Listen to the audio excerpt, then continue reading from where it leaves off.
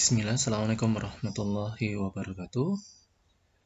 Pada hari ini kita akan lanjutkan lagi pertemuan kita atau pembelajaran kita tentang proses pengolahan kimia di mata kuliah PAUL atau perancangan alat olah limbah. Pada pertemuan yang lalu, kita telah membahas tentang proses pengolahan fisika, yang mana di proses pengolahan fisika ada beberapa macam alat-alat yang dapat digunakan atau alat-alat yang biasa digunakan untuk pengolahan fisika, proses pengolahan fisika.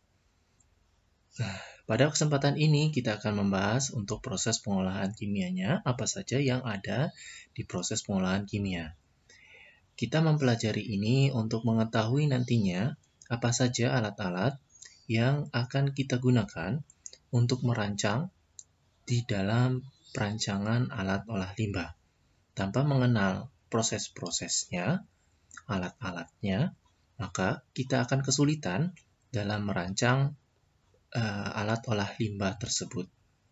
Serta ketika kita tidak tahu fungsi-fungsi dari proses tersebut, kita juga akan kebingungan menggunakan atau memilih proses mana saja yang dapat digunakan dalam pengolahan air limbah.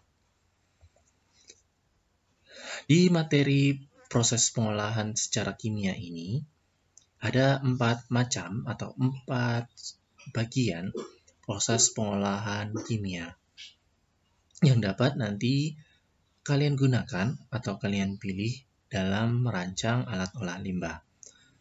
4 proses kimia ini adalah, yang pertama adalah netralisasi, yang kedua presipitasi, yang ketiga koagulasi, yang keempat flokulasi. Kita masuk pertama netralisasi. Kita akan bahas satu-satu untuk membedakan apa itu netralisasi, presipitasi, koagulasi, dan flokulasi. Sekarang netralisasi. Netralisasi, netral. Berarti tidak condong ke satu sisi, baik sisi yang asam atau ke sisi yang basah, netral ya. Sasi adalah prosesnya. Jadi proses untuk membuat si air limbahnya menjadi asam atau proses membuat air limbahnya yang dari asam menjadi basah. Di sini ada beberapa di sini istilahnya atau pengertian dari netralisasi adalah reaksi antara asam dan basah. Nah, kenapa di sini disebut asam dan basah?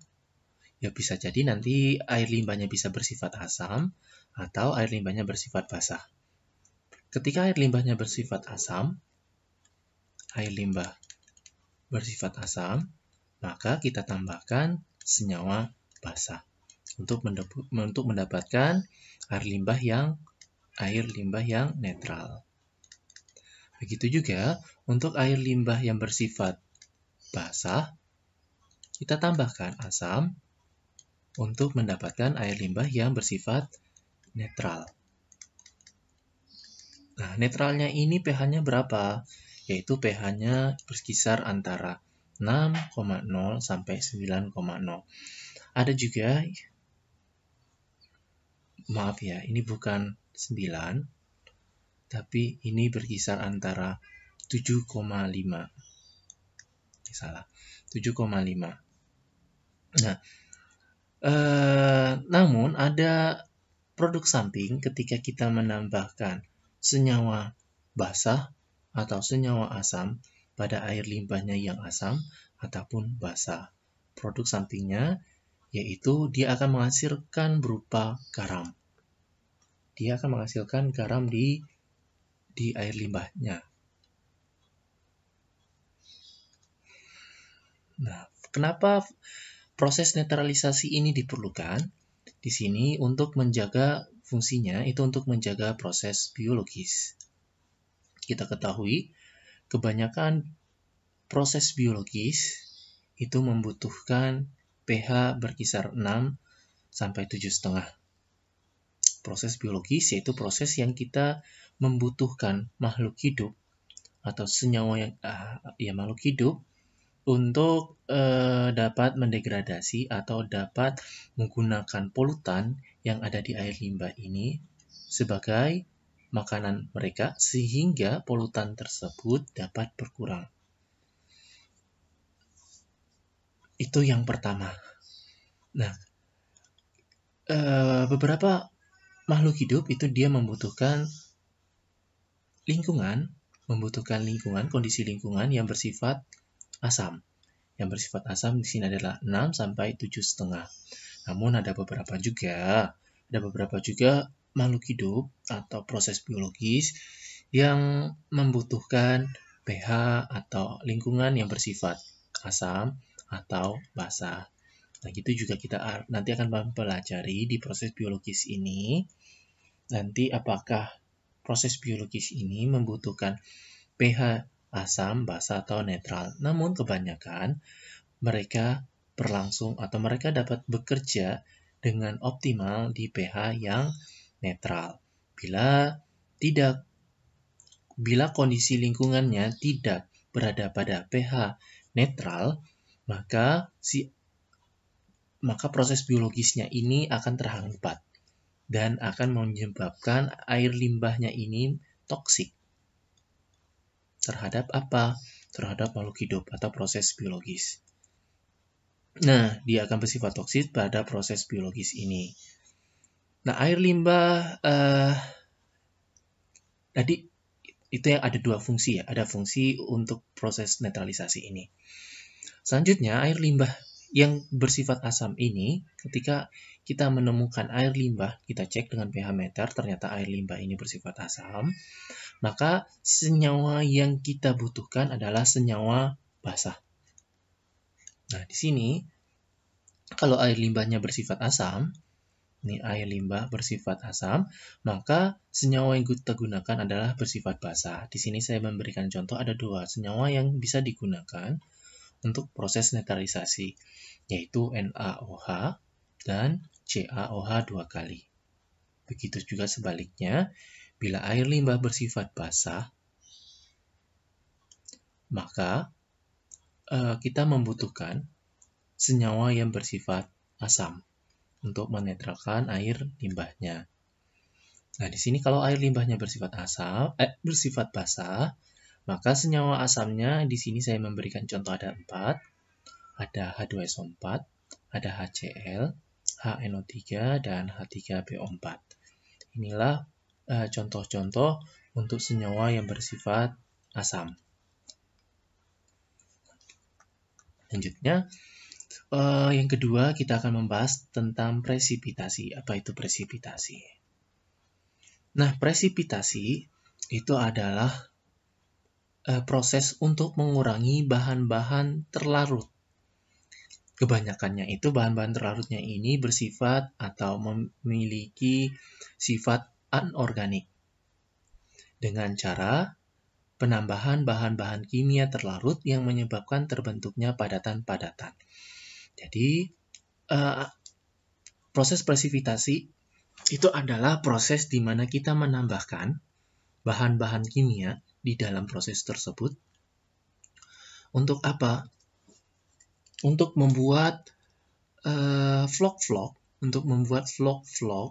pada pada air limbah. Vlog-vlog ini yang terbentuk adalah gabungan vlog, maksudnya adalah gabungan bahan-bahan anorganik. Tapi ada juga bahan-bahan organik yang juga bisa membuat vlog-vlog, tapi memang kebanyakan anorganik. Itu presipitasi. Nah, fungsi dari presipitasi itu adalah untuk menghilangkan heavy metal, logam berat, sulfat, fluorida, dan fosfat. Nah, inilah fungsi dari presipitasi. Menghilangkannya dengan cara apa ya tadi? Dengan cara mengendapkan senyawa-senyawa ini menjadi vlog-vlog. Vlog-vlog itu ya bentuknya apa ya? Kayak pasir-pasir itu, tapi lebih kecil lagi. Vlog-vlog gitu yang mengendap ke bawah nantinya. Nah, senyawa kimia yang dapat digunakan untuk presipitasi ini sehingga bahan-bahan organiknya ini dapat menjadi vlog atau lumpur atau lumpur, itu yang di sini berupa lime yang dikombinasikan dengan kalsium klorida, magnesium klorida, aluminium klorida, dan garam-garam besi. Jadi ini ada 4 senyawa kimia yang dapat nanti kalian gunakan untuk proses menghilangkan senyawa-senyawa anorganik yang berupa tadi heavy metal, sulfat, klorida, fosfat, dan segala macam. Nah, yang nantinya akan kalian dapatkan berupa vlog atau lumpurnya. Dan lanjut yang ketiga itu adalah koagulasi. Apa beda previsitasi tadi udah tahu ya, sekarang koagulasi apa bedanya? Nah, kalau koagulasi hampir mirip-mirip tadi, tapi kalau yang koagulasi dia itu untuk menghilangkan suatu senyawa-senyawa koloid. Di sini tersuspensi koloid. Nah, partikel-partikel koloid ini nanti apa sih partikel koloid, ukurannya berapa? Nah, di sini. Kalau kalian tahu, partikel koloid itu ada 2 bentuk, yaitu lebih kecil dari partikelnya, lebih kecil dari 0,0001 atau 10 pangkat min 4. Jadi 10 pangkat min 4 itu lebih kecil dari segitu. Itu senyawa koloid yang sangat halus, makanya sangat halus tadi kan 10 pangkat min 4 di dalam air limbah. Sehingga menjadi gumpalan-gumpalan yang dapat diendapkan, disaring, atau diapungkan. Nah, kalau yang tadi adalah senyawa anorganik, kalau sekarang adalah partikel atau senyawa-senyawa yang berbentuknya, materialnya itu berbentuk koloid. Nah, kalau kita lihat di sini ada tabel ya. Di sini ada perbandingan ukuran suatu bahan, baik itu kerikil, pasir, pasir halus, tanah liat, bakteri, partikel koloid, dan partikel koloid juga yang lebih kecil. Nah, kalau kita lihat di sini, kalau kerikil itu ukurannya adalah 10 mm. Kalau pasir itu 1 mm. Kalau pasir yang lebih halus, kan ada ya pasir kasar, pasir halus, itu ukurannya 0,1. Tapi kita lihat juga nih, kalau misalnya diameter part kerikilnya 10 mm, maka waktu endapnya bisa cepat. Tapi kalau dia partikelnya 1 mm, maka agak sedikit lama, 10 detik. Tapi kalau 0,1, maka waktu yang dibutuhkan adalah 2 menit. Begitu juga untuk tanah liat.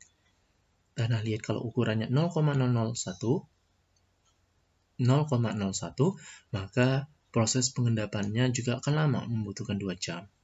Begitu juga bakteri. Nah, bakteri aja yang sudah kecil ya, bakteri yang sangat kecil, itu ukurannya lebih kecil dari 0,001, itu dapat mendapatkan suspendi atau lumpur ke bawah air limbahnya, itu membutuhkan waktu 8 hari. Nah, apalagi partikel-partikel yang bersifat koloid ini yang lebih kecil dari ukuran bakteri, maka dia sangat lama sekali untuk mengendap.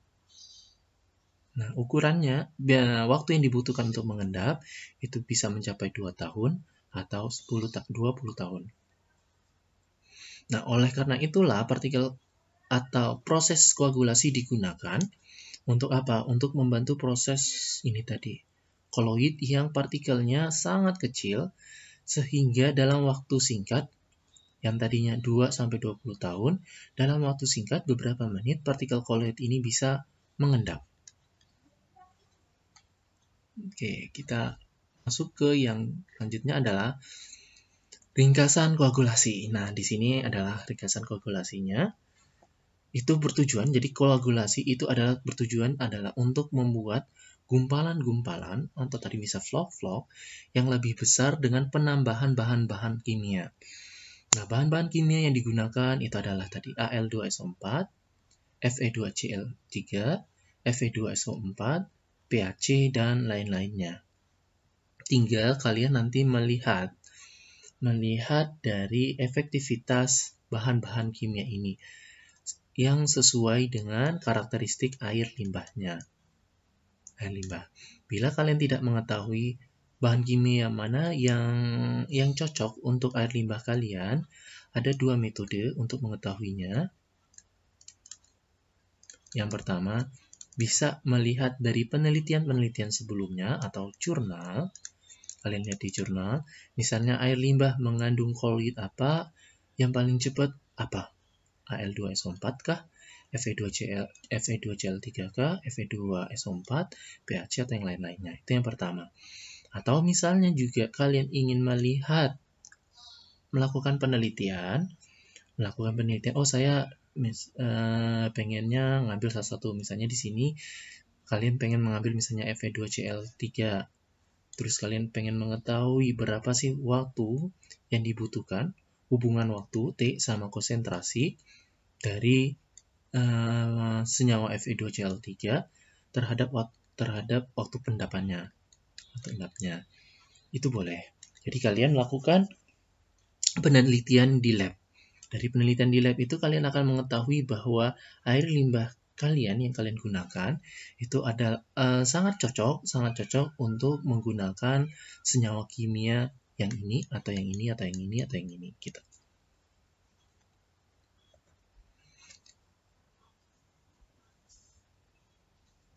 Selanjutnya, lanjutkan untuk koagulasi. Nah, koagulasi itu dapat dilakukan melalui beberapa tahapan proses. Di sini ada 4 tahapan proses, yaitu yang pertama adalah penambahan koagulan yang tadi disertai pengadukan dengan kecepatan tinggi dalam waktu singkat. Nah, di sini kata kuncinya adalah kecepatan tinggi dalam waktu singkat. Fungsinya buat apa? Untuk membuat senyawa-senyawa kimia tadi dapat bereaksi dengan koagulan. Sehingga koagulan-koagulan ini akan membentuk vlog-vlog yang semakin besar. Yang tadi ukuran partikelnya kecil-kecil akan bergabung sehingga dapat mengendap dengan apa? Dengan proses pengadukan kecepatan tinggi dan waktu yang singkat. Nah, setelah proses pengadukan dan waktu yang singkat tadi, maka kita biarkan, maka lama-kelamaan partikel-partikel koloid yang telah menjadi vlog tadi dapat mengendap. Itu yang satu. Yang kedua, destabilisasi dari sistem koloid. Ya. Jadi yang untuk proses tahapan yang kedua adalah tahap destabilisasi. Destabilisasi, maksudnya D dan stabilisasi.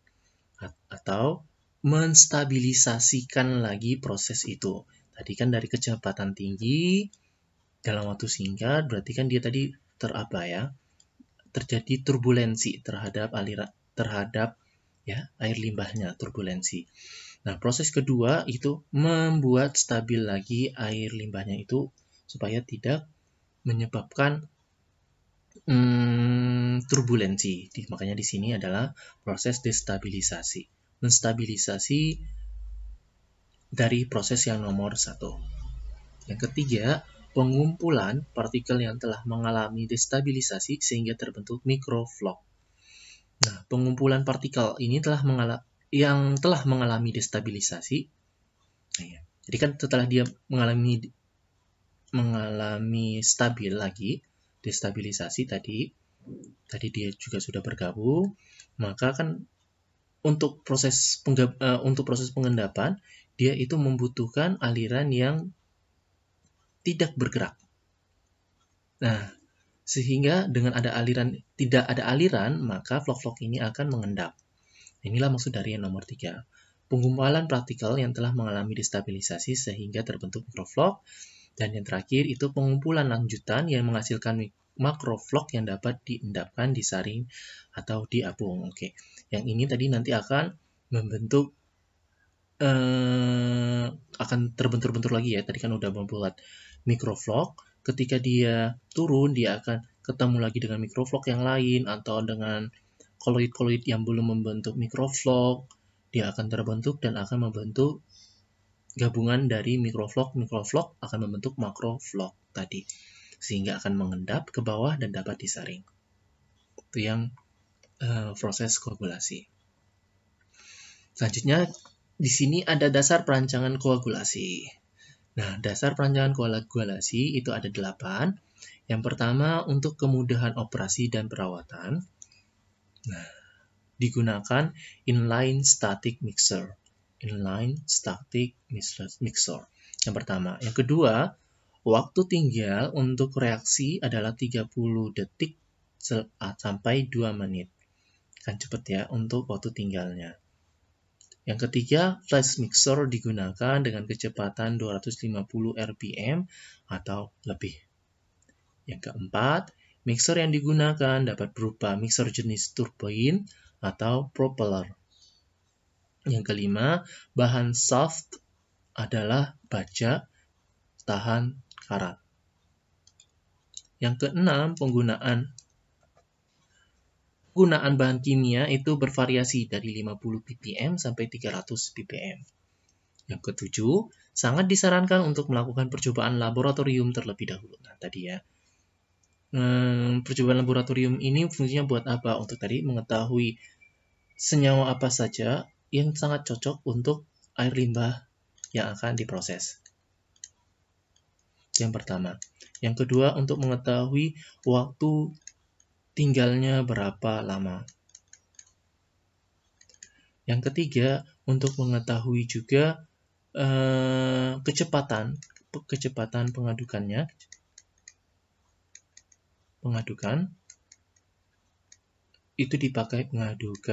itu dipakai berapa RPM. Jadi kecepatan pengadukannya yang optimal itu berapa RPM. Nah, ini fungsi dari percobaan di laboratorium. Dan yang terakhir, jenis dosing pump yang digunakan adalah positive displacement.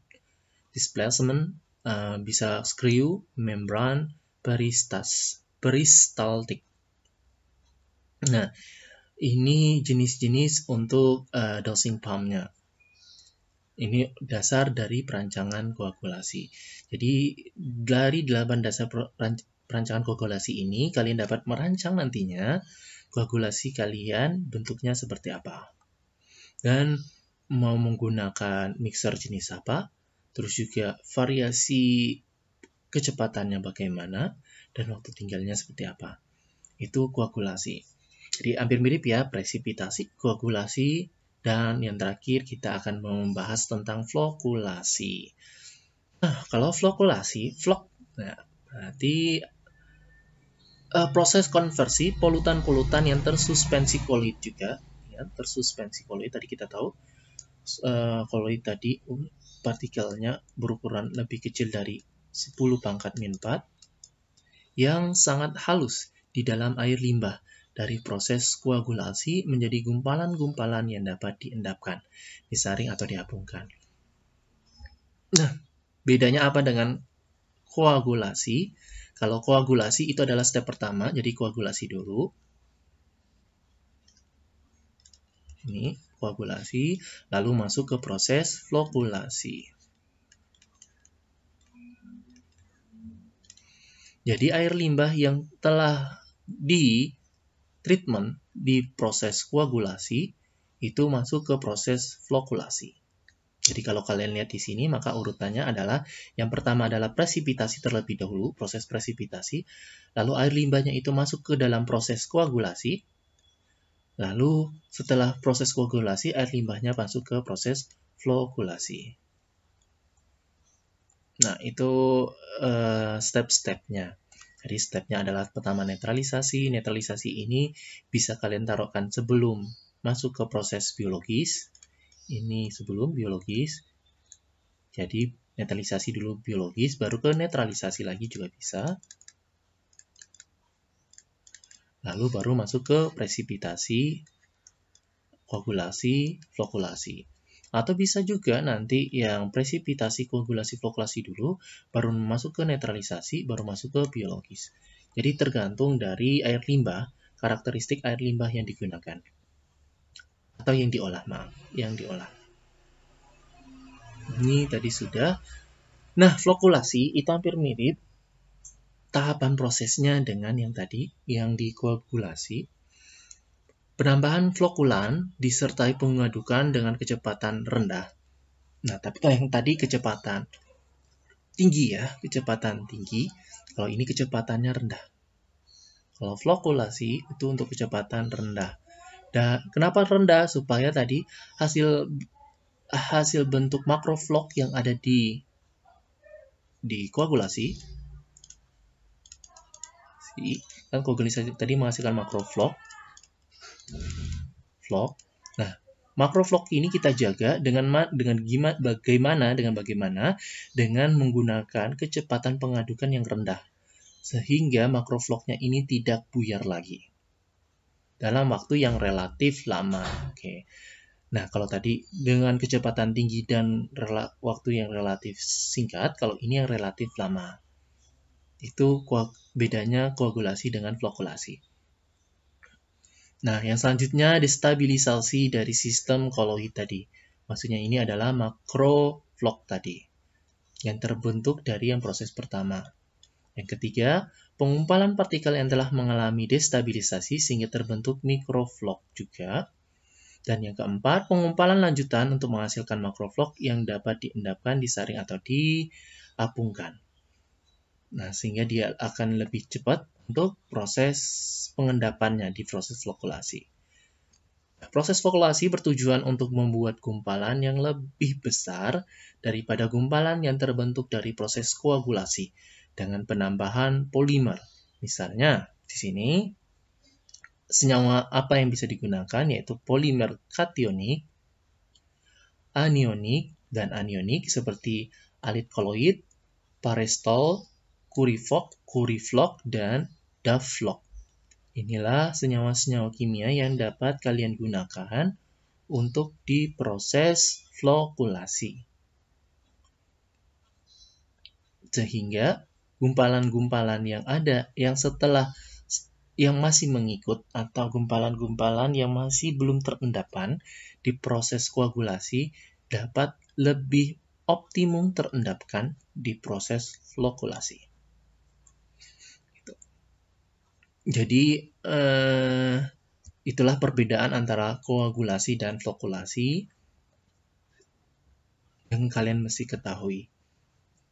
Dasar-dasarnya, kalau di sini dasar-dasar perancangan flokulasi hampir mirip dengan yang dasar-dasar perancangan koagulasi. Bedanya di mana? Untuk kemudahan operasi perawatan, mixernya itu menggunakan statik. Ini bedanya di mixernya yang pertama. Yang kedua, waktu tinggalnya. Waktu tinggalnya yang agak sedikit lama, 20-30 menit. Kalau tadi, waktu tinggalnya berkisar beberapa menit.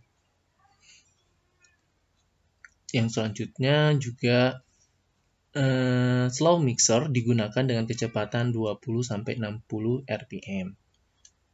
Yang keempat, jenis impeller dapat berupa pedal atau turbin. Bahan shaftnya sebaiknya baja tahan karat. Yang keenam, penggunaan bahan kimia antara 2 mg sampai 5 mg per liter. Ingat per liter ya.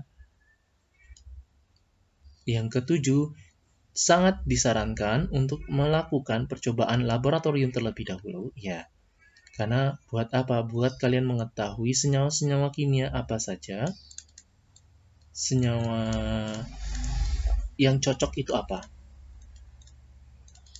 untuk membuat proses flokulasi. Itu yang pertama. Yang kedua, kecepatan mixernya yang optimal itu berapa antara ini tadi.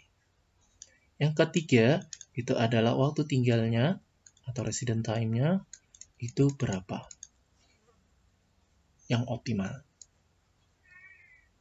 Nah, itulah apa ya ini? Proses dasar perancangan flokulasi. Nomor 8 belum ya. 8 itu adalah jenis dosing pump-nya yang digunakan adalah positive displacement yang berupa skriu membran peristaltik. Ini hampir sama dengan proses koagulasi, flokulasi. Demikian untuk materi kita. Semoga adik-adik dapat memahami. Bila ada pertanyaan, silakan ditanyakan di grup WA atau secara langsung ketemu dengan saya. Oke, terima kasih. Kita lanjutkan di pertemuan berikutnya. Assalamualaikum warahmatullahi wabarakatuh.